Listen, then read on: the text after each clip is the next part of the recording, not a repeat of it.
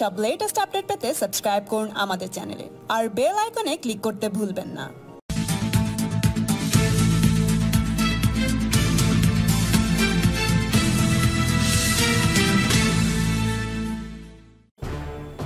BJP ছাড়ার পরই তৃণমূল কংগ্রেস কিংবা কংগ্রেসে যোগ দেওয়ার ব্যাপারে আগ্রহ প্রকাশ করলেন লক্ষণ শেঠ।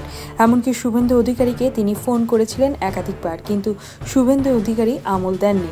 এখনও তিনি তৃণমূল বা কংগ্রেসে যাওয়ার ব্যাপারে আগ্রহী। আর এই অবস্থায় সরাসরি শুভেন্দুকে দিলেন উদারতার বার্তা।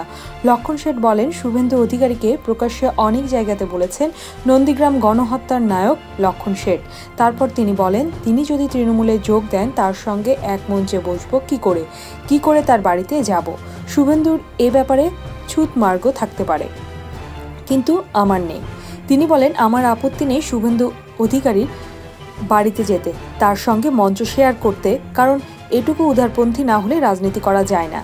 তার কথায় আমি নন্দীগ্রাম গণহত্যার খলনায়ক বলে প্রচার করা হয়েছে, কিন্তু তা কতদূর সত্যি তা তো বিবেচনা করতে হবে। তা না করে আমার গায়ে খলনায়কের তকমা সেঁটে দেওয়া হয়েছে। লক্ষণ শেঠের কথায়, যখন নন্দীগ্রাম কাণ্ড ঘটেছিল তখন আমি সিপিএম করতাম।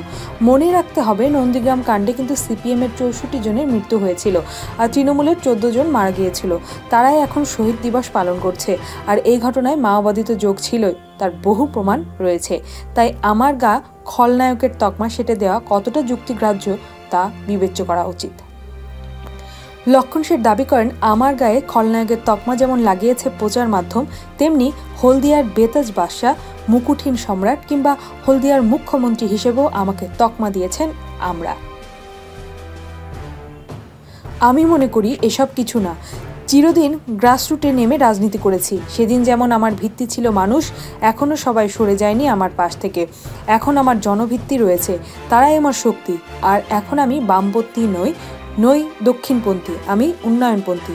বর্তমান রাজনীতির প্রেক্ষাপটে বামপন্থী দক্ষিণপন্থী বলে কিছু হয় না। তিনি তার এই কথার মাধ্যমে ফের একবার মমতা বন্দ্যোপাধ্যায়ের প্রতি তার সমর্থন বার্তা দিয়ে দিলেন। লক্ষণ শেঠ জনপ্রিয় এক টিভি চ্যানেলের সাক্ষাৎকারকে মমতা বন্দ্যোপাধ্যায়, শুভেন্দু অধিকারী ও তৃণমূল কংগ্রেসের উদ্দেশ্যে বিশেষ বার্তা দেন।